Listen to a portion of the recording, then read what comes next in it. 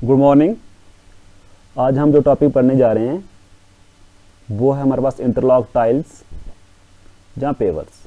ठीक है, तो let's study one by one. First we have interlock tiles, second is advantage of interlocking tiles and third one is the disadvantages of interlocking tiles. So what is interlocking tiles? तो interlocking tile क्या है? Interlocking tile किसे कहते हैं?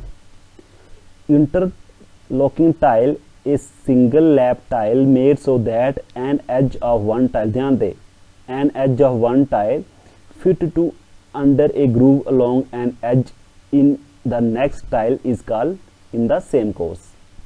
तो interlocking tile क्या कहते हैं कि इस डायग्राम से हेल्प से समझिए। जहाँ पे देखिए आप, जहाँ पे एक टाइल है इसे हम कहते हैं इंटरलॉकिंग टाइल। तो जहाँ पे जो उसके एजेस जो होते हैं ना, इसको हम कहते हैं एजेस, इसको कहते हैं हम ग्रूव्स। जो लिखा हूँ जी, जहाँ पे लिखा हूँ मैं ई। तो इसमें क्या रहता है आपके पास, देखिए यहाँ पे जैसे ये वन टाइल है, ये टू टाइल है, ठीक है, ये नंबर 3 टाइल है, ये नंबर 4 टाइल है। अब 1 नंबर टाइल में 2 और 3 को कैसे फिक्स किया है कि जो इसके 3 नंबर टाइल या 4 नंबर टाइल की जो एजेस जो हैं उसको हमने क्या किया है, ग्रूव्स में फिक्स किया है। ऐसे ही यहाँ पे 4 और 5 लिख दो। 4 और 5 नंबर टाइल के जो एजेस हैं उसको हम 2 नंबर टाइल की ग्रूव्स में इसको फिक्स किया है। इसी तरह से जो कोर्स है वो सेम रहता है, ठीक है, इसे हम कहते हैं इंटरलॉकिंग टाइल्स।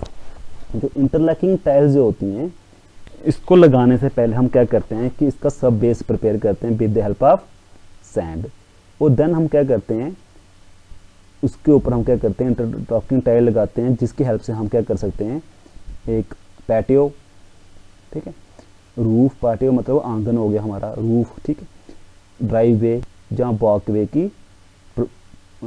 को हम बना सकते हैं। जो इंटरलॉकिंग टाइल जो होती है एक बहुत अच्छा सोल्यूशन है अगर हम उसको कंपेयर करें ब्रिक्स या कंक्रीट के साथ, ठीक है। और इंटरलॉकिंग टाइल जो होती है वो काफ़ी सारे फॉर्म्स में अवेलेबल है मार्केट में, और काफ़ी सारे कलर्स में अवेलेबल है।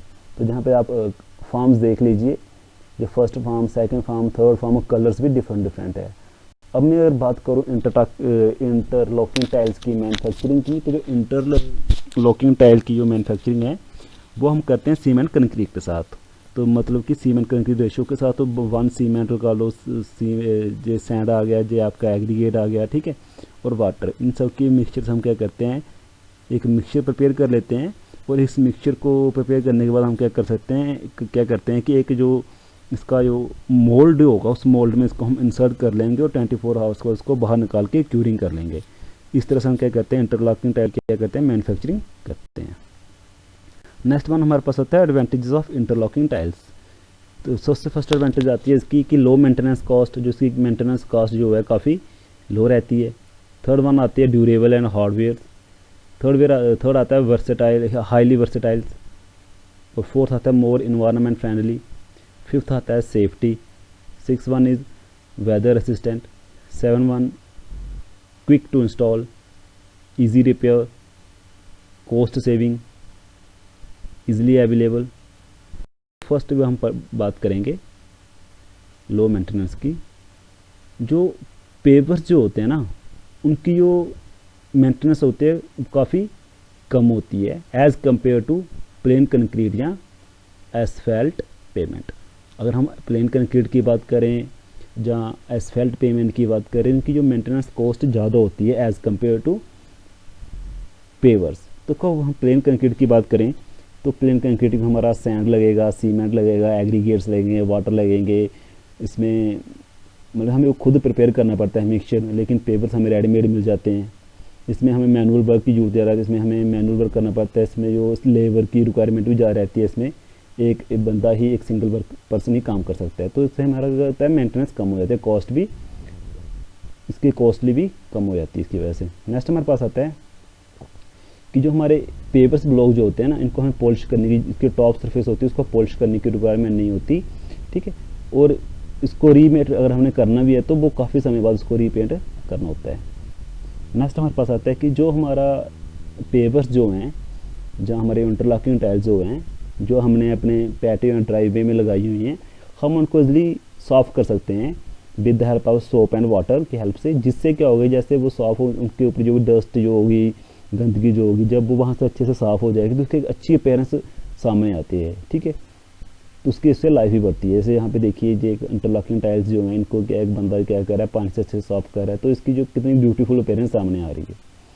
नेक्स्ट हमारे पास आता है ड्यूरेबल एंड हार्ड वेयरिंग। तो जब ड्यूरेबल हार्ड वेयरिंग की बात की जाए तो जो हमारी ब्लॉक पेविंग जो है वो काफ़ी ज़्यादा ड्यूरेबल्स होती है, उनकी जो लाइफ जो होती है कम से कम 20 साल तक होती है। नेक्स्ट हमारे पास आता है कि जो अगर मेरी जो इंटरलॉकिंग टाइल्स है अगर प्रॉपर तरीके से वो इंटरलॉक हुई है तो उसमें कोई भी क्रैक डेवलप नहीं होता। और जो मेरी इंटरलॉकिंग टाइल जो है काफ़ी अच्छा मटेरियल है, अगर मैं इसको रेजिडेंशियल यूज़ करूँ चाहे इसका कमर्शियल यूज़ करूँ। तो रेजिडेंशियल का मतलब होगा अपने घर के लिए यूज़ करूँ, फ्लोरिंग के लिए यूज़ करूँ, और रेजिडेंशियल मतलब हो गया कि कहीं बड़े बड़े प्लांट्स जो हैं फैक्ट्रीज हैं तो वहाँ पर हम फ्लोरिंग के तौर पर इनका इस्तेमाल कर सकते हैं। नेक्स्ट हमारे पास आता है कि जो हमारे पेवर्स जो है ना काफ़ी ज़्यादा कैपेबल होते हैं किसी भी टाइप के व्हीकल्स का लोड कैरी करने के लिए, जहाँ पेडेस्ट्रियन ट्रैफिक के लिए जहाँ, और इसकी मेंटेनेंस भी काफ़ी लो रहती है। ठीक है, पेवर्स जो होते हैं वो काफ़ी ज़्यादा यूज़ किए जाते हैं ट्रैफिक के लिए, चाहे वो लो ट्रैफिक हो, चाहे मीडियम हो, चाहे हैवी हो। यही पेवर्स की यही क्वालिटी है कि वो काफ़ी ज़्यादा लोड विथस्टैंड कर सकता है, काफ़ी प्रेशर झेल सकता है। इसी की वजह से ही उस जो हमारे पेवर जो होते हैं उनको हम एयरपोर्ट या डॉक्स पे भी इस्तेमाल कर सकते हैं। नेक्स्ट वन हमारे पास आता है हाईली वर्साटाइल्स। तो हाईली वर्साटाइल में हम बात करेंगे वैरायटीज़ की डिज़ाइन की बात करेंगे। इसके डिज़ाइन कौन कौन से अवेलेबल हैं, कलर में कौन कौन से कलर हैं, टेक्सचर क्या है और फिनिशिंग क्या है इसकी। तो फर्स्ट भी ऑल ऑफ स्टडी करेंगे ग्रेट मटेरियल। तो हमारे पास जो पेपर जो है एक बहुत अच्छा मटेरियल है और काफ़ी ज़्यादा वैरायटीज़ शेप्स अवेलेबल है मार्केट में। जैसे आई शेप्स आ गई इसकी, rectangular shape, square shape, hexa shape, cosmic, tri hex, zigzag and cobble shapes, जिस शेप्स की बात की मैंने।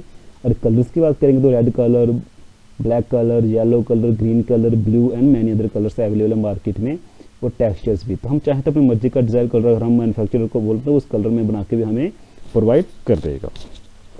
तो नेक्स्ट हमारे पास आता है कि जो पेवर्स जो होते हैं इनमें काफ़ी इंटरलॉकिंग की काफ़ी अच्छी क्वालिटी इंटरलॉकिंग की, जिसकी वजह से हम क्या कर सकते हैं लार्ज वेरियस किसी भी शेप में इसको इंटरलॉक कर सकते हैं। Wide variety of design and colour and thickness of paver makes block paving suitable for both domestic and commercial application including patio, driveway, sidewalk, pool, deck, parking area extra.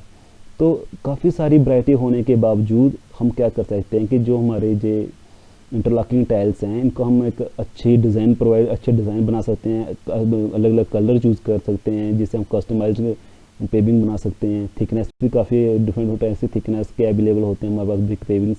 तो इसका हम चाहे domestic इस्तेमाल करें चाहे कमर्शियल एप्लीकेशन में इस्तेमाल करें इसका, तो काफ़ी ज़्यादा अच्छी अपीयरेंस मिल जाती है इसकी। तो हमारे पास यहाँ पे आ गया, फर्स्ट आ गया हमारे पास ब्रिक फॉर्म में है, इसको कहते हैं क्रॉस डंबल, क्यूब डंबल, जहाँ पे फैन शेप में आ गया, जो हेक्सागोनल शेप में है, मिरर शेप में है, रेड शेप में है, राउंड डंबल की शेप में, स्क्वायर शेप में, ट्रैक्स बोर्ड की शेप में, ट्रैक्स ग्रुप की शेप में, ट्रैक्स जेलो शेप, यूनिपेपर्स एंड वेव्स। ठीक है, जो डिफरेंट शेप्स है हमारे पास, ठीक, इंटरलॉकिंग टाइल्स की। नेक्स्ट हमारे पास आता है मोर इन्वायरमेंट फ्रेंडली। तो किस तरह से इन्वायरमेंट फ्रेंडली है, जो paver blocks are more environment friendly as compare to the soiled plain surface.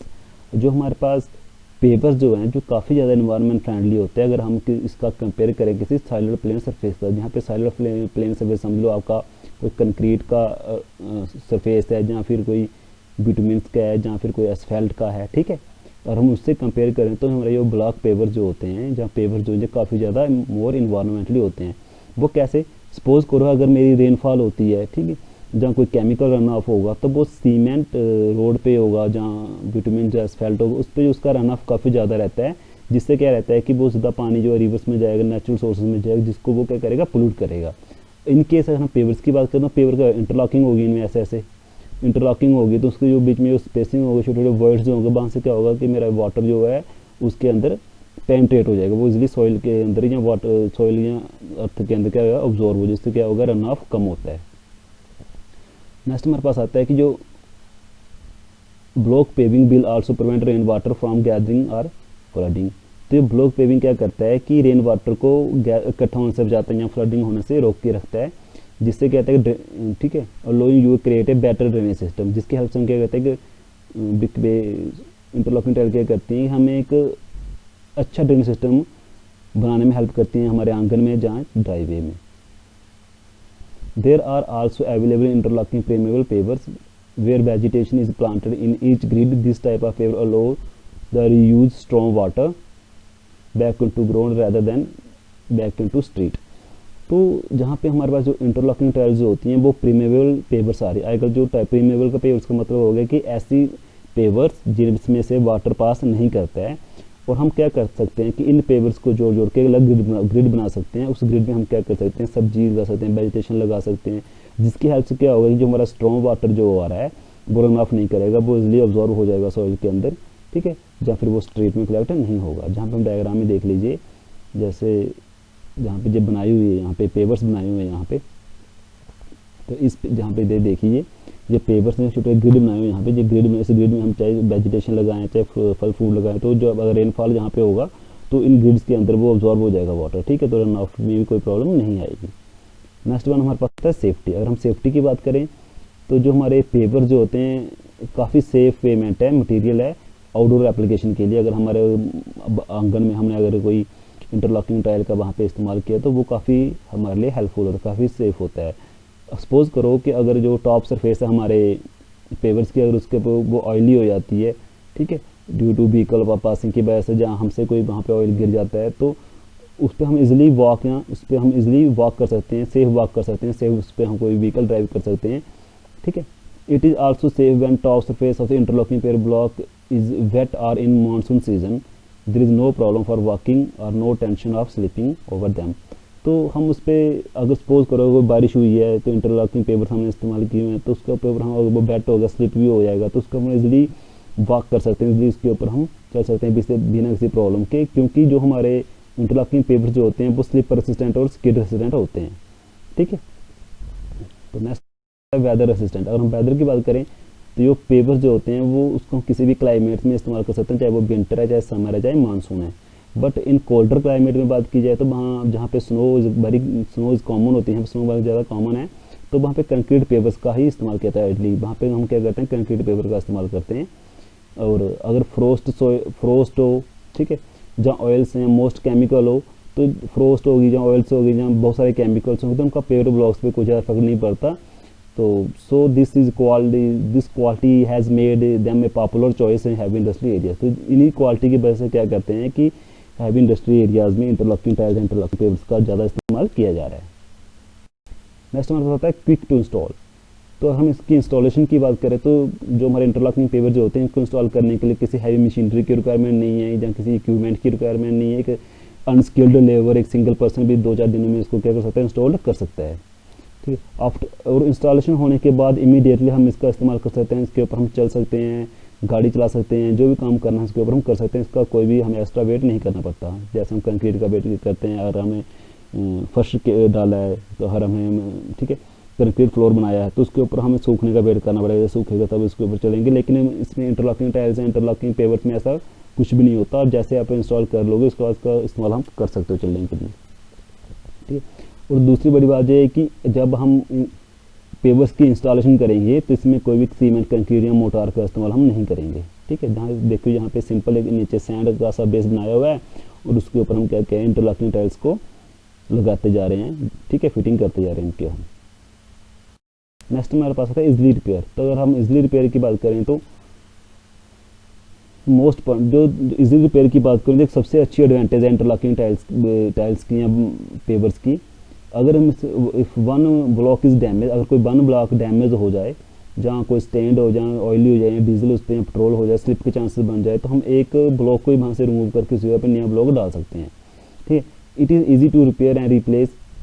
जो हमारे ब्लॉक पेवर जो होते हैं उसको रिपेयर करना, रिप्लेस करना काफ़ी ईजी होता है अगर हम उसको एसफाल्ट से कंपेयर करें, कंक्रीट पेमेंट के साथ कंपेयर करें। एंड नो हैवी, उसके लिए कोई भी हैवी मशीनरी या कोई भी हैवी मशीनरी की रिक्वायरमेंट नहीं रहती रिपेयरिंग के लिए या रिप्लेस करना है वो ब्लॉक को, ठीक है। और उसके लिए स्किल्ड लेबर की भी ज़रूरत नहीं है। जहाँ पे देखिए नंबर ऑफ़ पेवर्स जहाँ पे, नंबर ऑफ़ ब्लॉकर जहाँ पे इस्तेमाल किए गए हैं, तो जहाँ से क्या है एक ब्लॉक को यहाँ से इसलिए हमने रिमूव कर लिया, इसके हम यहाँ को डाल सकते हैं यहाँ पे, तो हमें जो बाकी ब्लॉक्स हैं उनको डिस्टर्ब करने की कोई भी जरूरत नहीं है, हम कहते हैं इजिली रिपेयर। नेक्स्ट हमारे पास था कॉस्ट सेविंग। अगर हम इंटरलॉकिंग पेवर्स की मास प्रोडक्शन करें, काफ़ी ज़्यादा अमाउंट में इसकी प्रोडक्शन करें, तो इससे क्या होता है कि जो हमारे ब्लॉक्स जो होते हैं इनकी जो प्राइस जो होता है वो काफ़ी ज़्यादा कम हो है, तो हर बंदा इसको इजीली अफोर्ड कर सकता है। और इसकी मेंटेनेंस कॉस्ट जो होती है काफ़ी कम होती है as compare to other paving materials.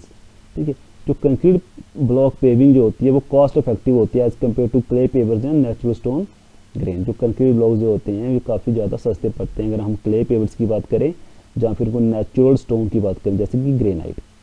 ठीक है, paver block is long time investment for your patio and driveway. तो जो हमारे पेवर्स ब्लॉक जो है एक लॉन्ग टाइम इन्वेस्टमेंट है, लंबे समय के लिए इन्वेस्टमेंट है, हमारे पेटियों के हमारे आंगन बनाने के लिए या ड्राइवे बनाना हो तो वहाँ पे एक बहुत अच्छी इन्वेस्टमेंट है लॉन्ग समय के लिए, क्योंकि इसकी ड्यूरेबल स्ट्रेंथ काफ़ी समय तक बनी रहती है।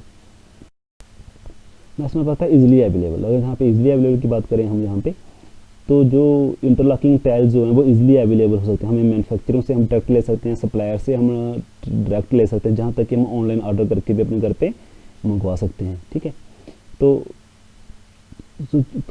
तो ये कुछ एडवांटेज है हमारे पास इंटरलॉकिंग पेवर ब्लॉक्स की। जो पेवर ब्लॉक्स जो होते हैं लॉन्ग लास्टिंग ऑप्शन है, जो घर की वैल्यू को इंक्रीज़ करने में हेल्प करते हैं, और एक काफ़ी ज़्यादा लार्ज वैरायटी में अवेलेबल हैं, चाहे वो कलर्स की बात करें, काफ़ी ज़्यादा कलर्स अवेलेबल हैं, शेप्स के अवेलेबल है और साइज़ अवेलेबल हैं। तो हम इन डिफरेंट कलर या different shapes and different size का कॉन्ट्रास्ट बनाकर उनको कस्टमाइज़ कर सकते हैं, अपने ड्राइवे या पैटियो को न्यू डिज़ाइन न्यू लुक दे सकते हैं। इससे क्या होगा कि हमारा जो पैटियो है, जो हमारी जो ड्राइवे है, वो इसमें एक ब्यूटी तो आएगी साथ में ड्यूरेबिलिटी भी इसमें आ जाती है, और उसके लो कॉस्ट भी लो रहती है और मेंटेनेंस भी लो रहेगी। नेक्स्ट हमारा डिसएडवांटेज ऑफ इंटरलॉकिंग टाइल। अगर हम डिसएडवांटेजेस की बात करें यहाँ पे, तो कुछ डिसएडवांटेज होती हैं। व्हेन पेविंग ब्लॉक, जब हम पेविंग ब्लॉक्स को प्रॉपर इंटरलॉक्ड नहीं करेंगे एक दूसरे के साथ, तो उससे क्या होगा कि उस दोनों में वीड्स काई उगना, घास उगना शुरू हो जाएगी और धीरे धीरे वो पूरे इंटायर एरिया पे फैल जाएगी। ठीक है, जब हम इंस्टॉल करेंगे इंटरलॉकिंग पेवर्स को तो हमें प्रॉपर ड्रेनेज सिस्टम वहाँ पे प्रोवाइड करना बहुत जरूरी होता है। तीसरी बात आती है कि blocks can sink if sub surface are properly prepared. ठीक है, due to regular traffic load. जो ब्लॉक्स जो होंगे हमारे पास, ब्लॉक पेपर जो होंगे, वो क्या कर सकते हैं कि जमीन के अंदर धंस सकते हैं, जमीन के अंदर पेंट्रेट कर सकते हैं, अगर हमने इसके सब सरफेस जो होगी प्रॉपर तरीके से प्रिपेयर नहीं की होगी। तो due to exposure of ultraviolet rays, मतलब काफ़ी धूप की वजह से भी क्या होता है कि जो हमारे ब्लॉक पेपर्स होते हैं उनका जो कलर होता है वो भी कुछ समय बाद फेड होने के चांसेस रहते हैं। ठीक है, the stability of pavers block depend upon the presence of compactor sand in its joint. तो जो स्टेबिलिटी है पेवर ब्लॉक्स की वो डिपेंड करती है कि जो आपने वहाँ पे सैंड यूज़ की है, उसके जहाँ पे जो आपने सैंड की यूज़ किया है सब बेस, तो उसके जॉइंट्स में उसकी जो कंपैक्टिबिलिटी है सैंड की, वो कंपैक्टर अच्छी, मतलब सैंड जो अच्छे से कंपैक्टेड होनी चाहिए, काफ़ी डेंस होनी चाहिए, जिससे वो एक उसको अच्छी सपोर्ट प्रोवाइड कर सके। ठीक है, एंड मेंटेनिंग द इंटरलॉकिंग, और हम जो इंटरलॉकिंग उनको भी हमने क्या करना है कि मेंटेन करके रखना है। Thank you class, thank you for watching this video.